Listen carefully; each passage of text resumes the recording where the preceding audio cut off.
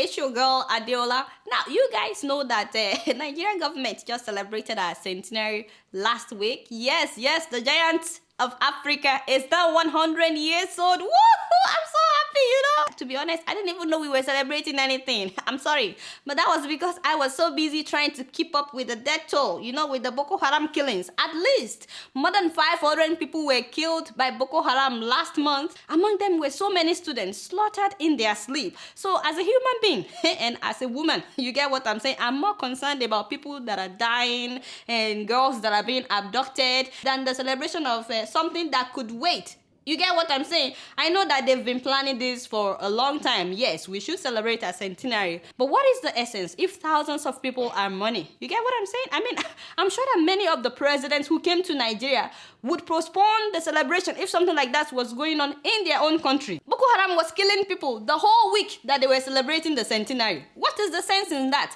And I'm not giving you guys an excuse to abuse Mr. President, I beg, so that you don't get in trouble like some governors now. You get what I'm saying? In case you don't know, Mr. President has already made it clear that any governor that fights him, any governor that abuses him or abuse the federal government, that it will affect their state. Listen to this. This is Mr. President talking. He said, wearing boxing gloves. I'm trying to read. Wearing boxing gloves. Yes, something like that. And I'm jumping into the boxing ring to face Mr. President does not help the development of any state. Yes. I don't fit. You can't make this up. Please, don't put on boxing gloves to fight, my brother. It may affect how much you are getting from the federal... Okay, let me not go into details. By the way, when I saw the list of some of the people honored at that centenary, I was shocked. I realized that truly corruption is greatly celebrated in Nigeria. And Sanni Abacha, I said, hey! And Abacha's wife came to collect the award that Jonathan was giving everybody.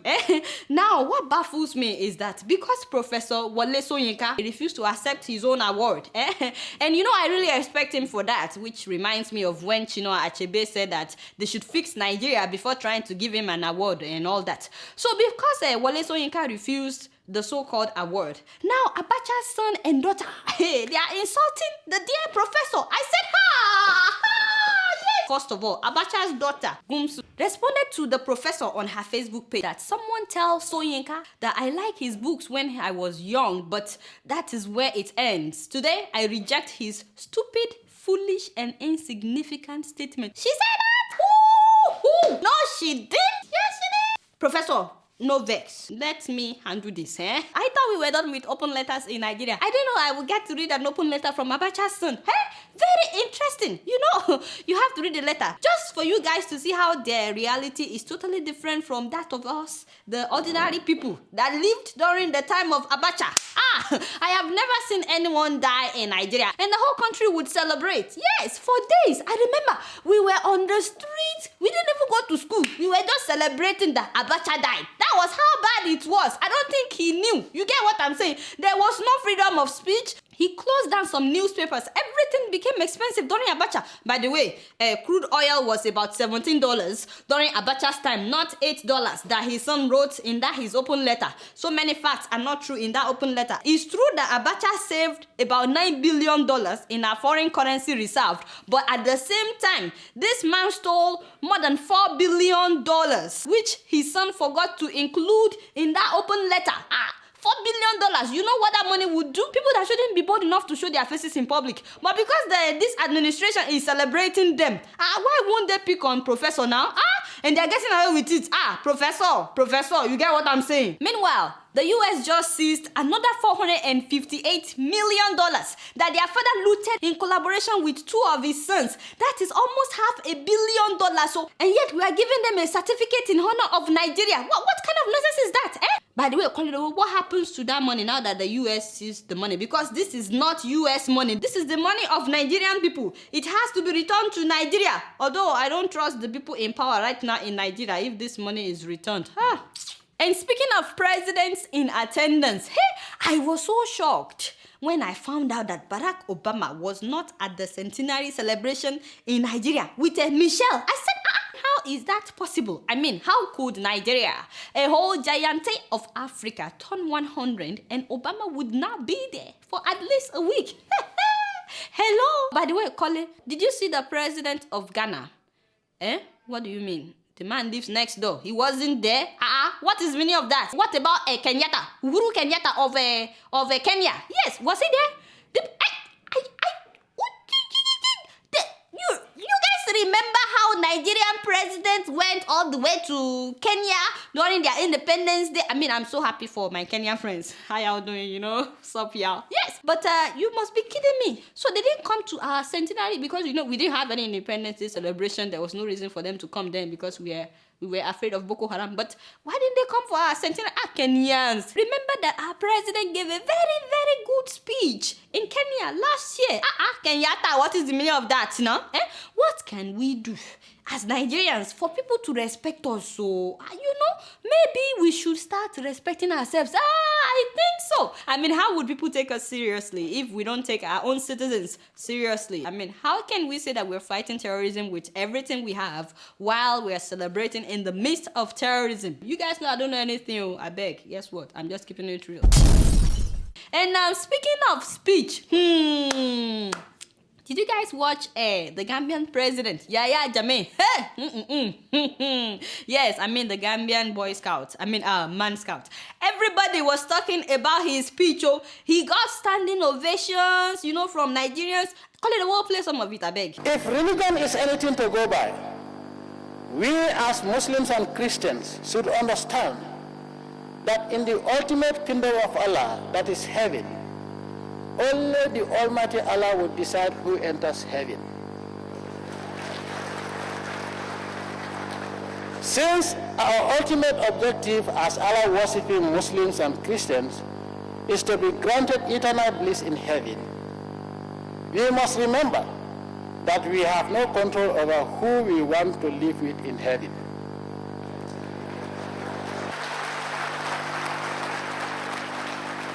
You see what I'm saying? Jammeh, Yahya Jammeh, talking about stop killing the innocent. First of all, who invited this man to Nigeria? Seriously, are they trying to tell me that they don't know his record? My people, please don't be deceived just because somebody wears white agbada, which some people call bubu.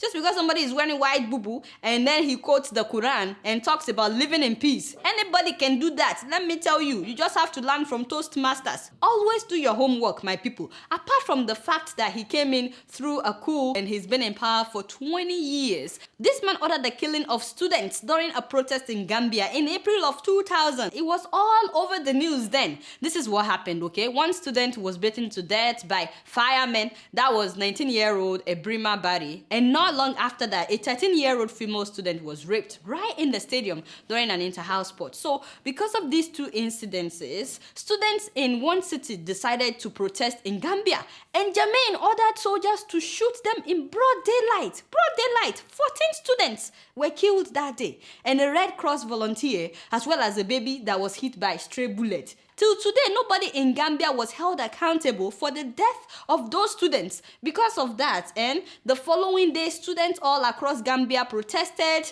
and guess what happened? They arrested hundreds of them and detained them. And then he came to Nigeria talking about living. How dare you? No, seriously, Jammeh, how dare you? I have a lot of issues with this man. In 2005, this man ordered his assassins to kill about 40 Ghanaians who were passing through Gambia. Remember that story? Ghana reported him to the ECOWAS now. At that time, Jammeh's informants told him that those Ghanaians were trying to stage a coup against his government, which doesn't make sense because why would Ghanaians come from their country to come and take over power in Gambia? That just doesn't make sense. But instead of him to talk to them and find out why they were in Gambia, this man ordered their killings. Until today, no one has been held accountable for the death of those Ghanaians. And then he came to Nigeria appearing like an angel. What is the meaning of that? Do you know that this man is the one that decides the day for people to celebrate Eid prayers in Gambia. I've had my Gambian Muslim friends telling me that they are forced to celebrate whenever he wants to celebrate. It's not even the imam that would decide, no, it has to be Jammeh.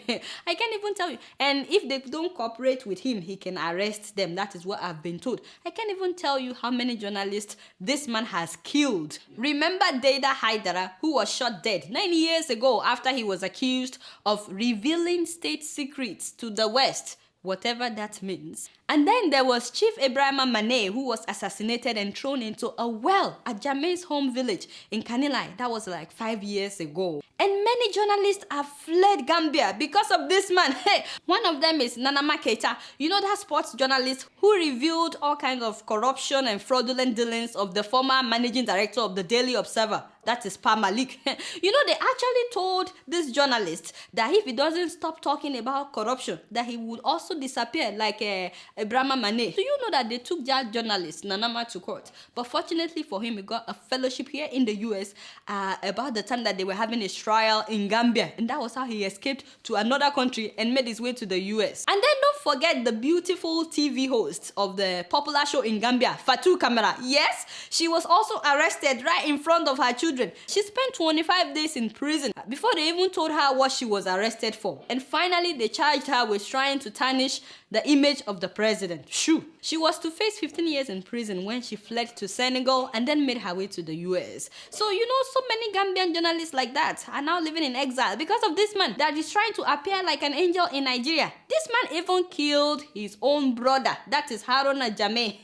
Because that one did not support his government. He killed his own blood brother. And then his aunt, Mercy Jammeh, and his distant brother, Jasaja Kujabi. Do you know that some of his assassins are now coming out, talking about so many people that he has ordered them to kill? Yes, they're not the ones coming forward, revealing so many secrets. It's so funny because after his brother was killed and one of them confessed that they were the ones sent to kill him. Do you know that Jammeh told everybody in his family that it's a lie, that his brother is alive? But till today, he's not been able to produce the live body of that brother. You know, it's been years now and nobody has been arrested. Journalists, human rights activists, civil servants, religious leaders, lawyers, and many other Gambians continue to be killed and tortured by Jammeh's assassin team. You know, they call them the junglers. And even as we speak, you know, the former Gambian Chief Justice, that is a Nigerian man, no, Chief Justice Wole, he's serving a 2-year mandatory jail term. And recently, the Ghanaian-born Chief Justice, Mabel Ayema, was also dismissed from office after serving for 7 months. I mean, seriously, what is going on? The former Gambian Justice Minister is also serving many years in the same prison with the Justice Wole and the former Army Chief. Yes, above all, was it not Jammeh who invited our president to Gambia last year when he was poisoned? No, seriously, I'm asking. Some of you don't even know that Nigerian President Goodluck Jonathan was poisoned in Gambia last year. Food poisoning. Yes, so the case is still in court in case you don't know. They flew Mr. President to UK for immediate medical treatment. You know, he just published 2 books, you know, A Million Reasons to Leave the Commonwealth. Yes, and then he published another one, How the Tragic Consequences of British looting and misrule in Gambia inspired the founding of the United Nations, you know, claiming that it was the money looted from Gambia that was used to start the United Nations. Abi, the general belief among Gambians, though, is that Jammeh wants the support of the Nigerian government in order for him to be the new ECOWAS chairman. That is why he was trying too hard to impress Nigerians. It's funny that a lot of Nigerians were impressed by his speech, but a lot of Gambians that I spoke with, they were like, oh, this man says one thing and he does something else. But you guys know that me, I don't know anything. I beg, what do I know? All I want to say is, Mr. Jammeh, step down now. You don't do, step down. 20 years, You know, do well, just step down. Jammeh, as in, seriously, step down. You guys know I don't know anything, I beg. Guess what? I'm just keeping it real. Hey, hello, is that BBC? Hello, hi, my name is Adeola. Okay, hello, can somebody hear me? Hello, is this CNN? Okay, I'm on hold.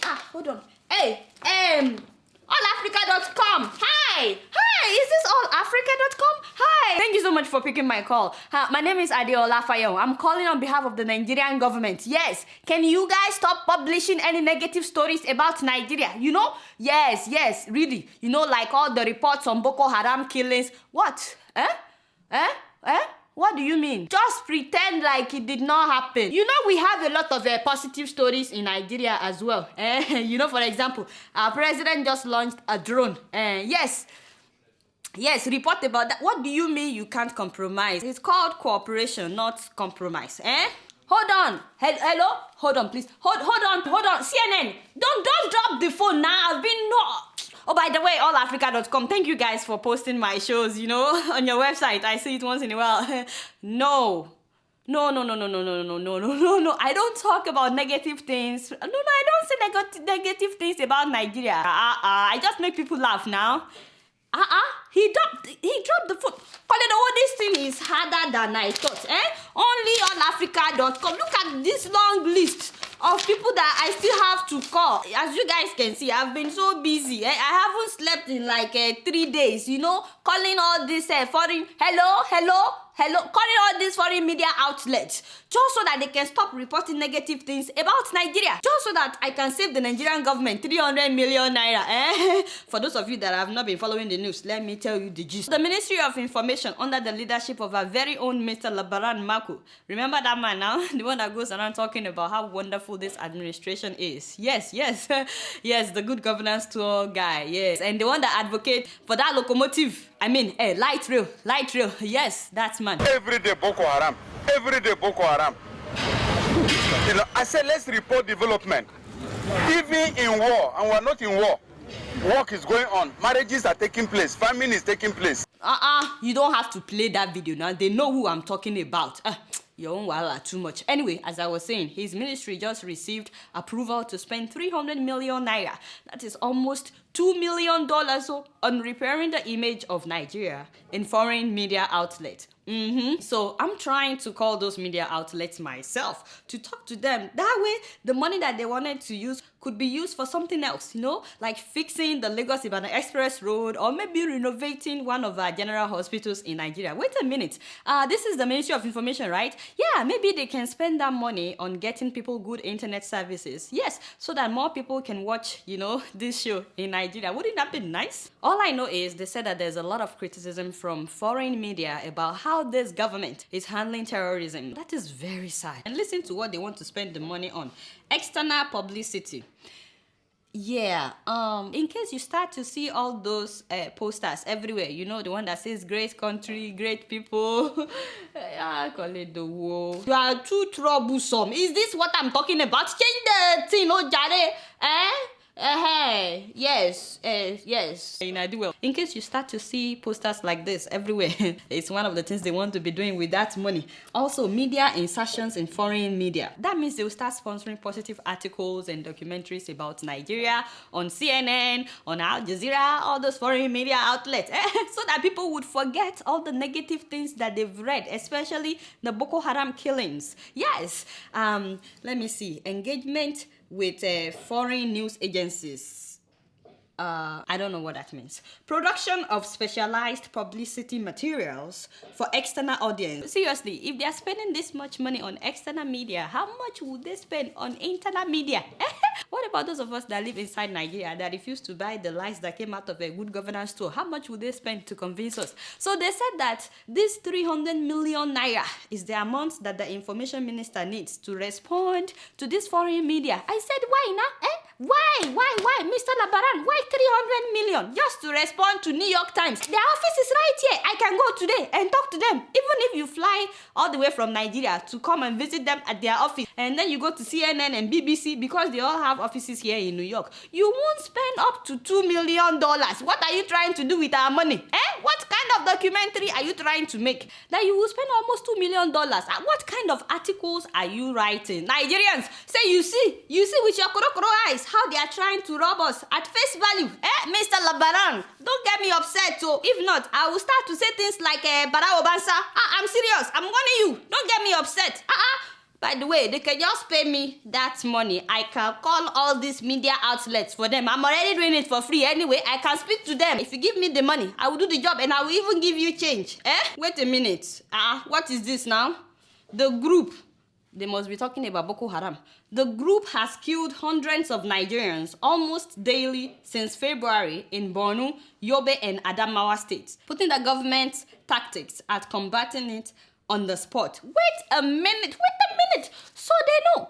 These people know that Boko Haram has killed hundreds of people almost every day since the beginning of February. What? These people are crazy. No, seriously. That means that CNN is not making it up. BBC is not, Reuters, they are not making it. So, yeah. So instead of trying to stop those ones from reporting the stories that you yourself confirm to be true, why can't you just deal with the problem? Don't get me wrong, I also want to see positive things about Nigeria. You know, I want Nigeria to be that country where everybody wants to visit at least once in their lifetime. No. Let me repeat that. At least once in a year. You know, there are some countries that people want to visit at least once in a year. I want Nigeria to become the center of tourism, you know, that people would go for vacation, for good jobs. I want my country to be that country, featured in all magazines, you know, as the most beautiful and safest countries to visit. But you can't make stuff up. You get what I'm saying? There are very beautiful places all over Nigeria now. Yes, but the security is an issue.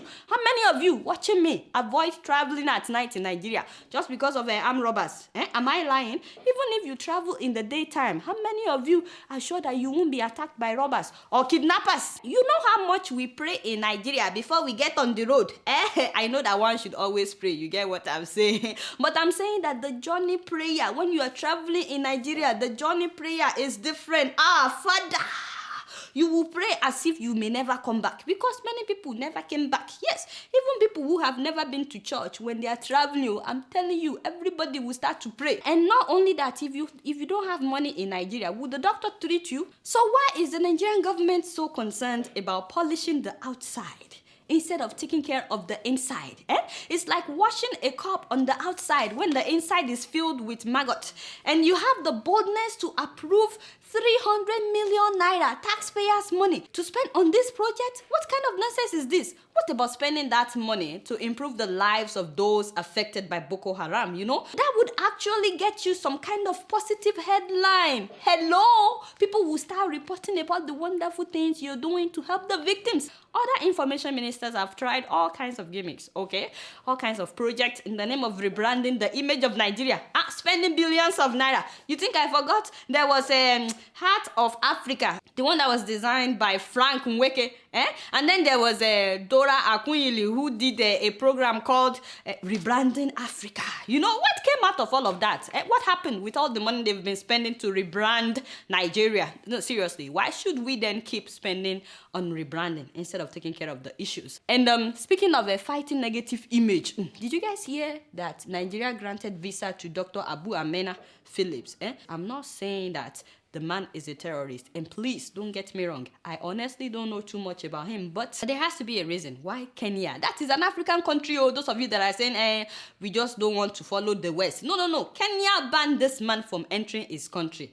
So there has to be a reason for Kenya, UK, Germany, and US to ban this man from entering their countries. Again, I'm not saying that he's a terrorist, but preachers like him have been known to radicalize the minds of many terrorists. You know, like our underwear bomber, Farouk Abdulmutalab. And I bet that we don't need more radicalization in Nigeria right now. Do we? I just feel like the Nigerian government should have a better explanation for a lot of people who are worried about why this man was granted a visa than for them to say something like this. Listen to this. This is the Minister of Interior, Mr. Abamoro, speaking.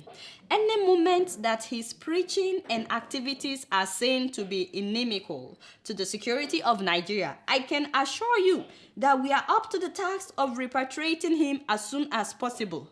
I'm like, what? What if it's too late by then? What kind of explanation is this? So if you are thinking about possibly deporting the man, why did you grant him visa in the first place? And then they said, I can assure you that the Nigerian security personnel are equal to the task of detecting whose activities are inimical to the situation of this country.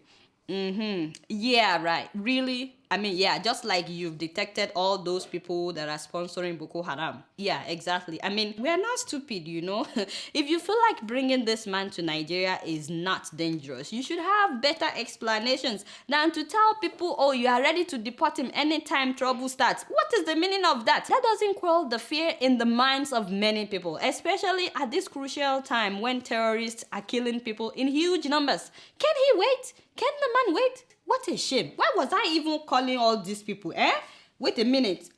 Sahara reporters. Oh boy, call it. Sahara reporters is on the list of the people I'm supposed to call. You want to call Sahara? Hey, this is where I keep it real. I beg, I'm just keeping it real. So did you guys hear that Mugabe's daughter got married? Yes, yes, his only daughter. The one that is well behaved among his children. Yes, I'm sorry, but Mugabe himself says it. I'm not the only one that knows now. Everybody knows in Zimbabwe, you know that her two younger brothers are always in trouble.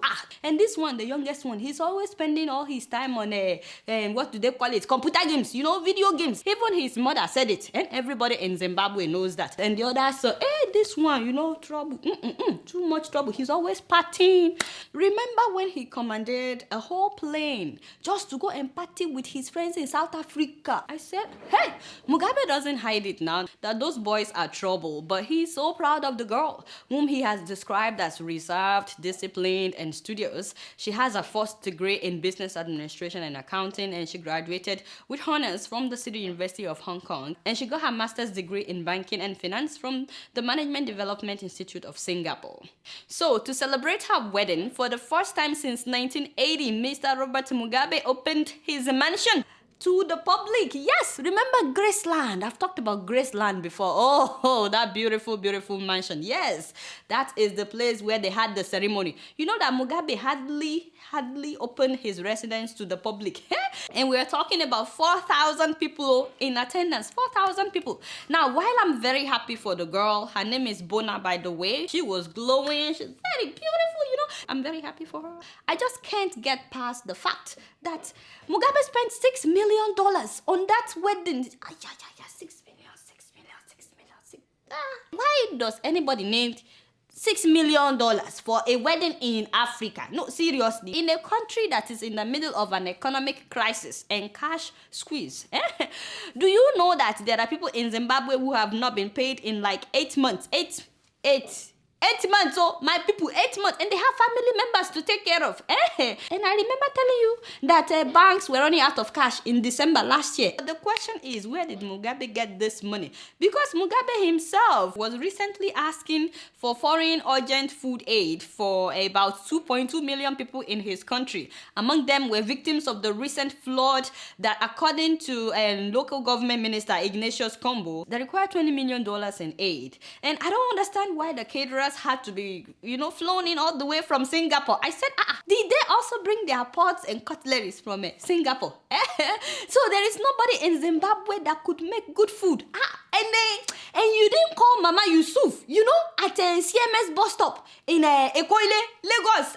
That woman is very good. Anything you want, fufu, ogbonna soup, usewu, anything you want, and she would make good food for the 4,000 guests with maybe, 2 million naira. That is about $12,000. Even that is too much. This woman is very good. I don't know why they didn't call Mama Yusuf. Next time, Mugabe, let me hook you up. And you will spend less. By the way, Kolido was telling me about the husband, the groom.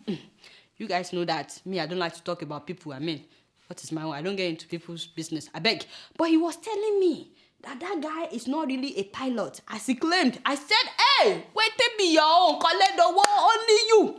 The guy said he works for Emirates Airline and Qatar Airline, but no one knows him there. That is the problem. I don't like to talk about other people's relationships. I beg, that is not me. All I know is that Mugabe could have cut costs, by using wedding planners in Zimbabwe. Why do you have to bring wedding planners all the way from South Africa? And then he flew in caterers from Singapore. Along with that, I'm sure he also flew in his medical doctors from Singapore just to make sure that he stayed alive the whole wedding weekend. Yes, if you get what I mean. Yes, the important thing to me is not how much you spend on your wedding. That doesn't prove anything. The important thing to me is how much you enjoy your marriage after the wedding is over. But guess what? I don't know anything. I beg, I'm just keeping it real low.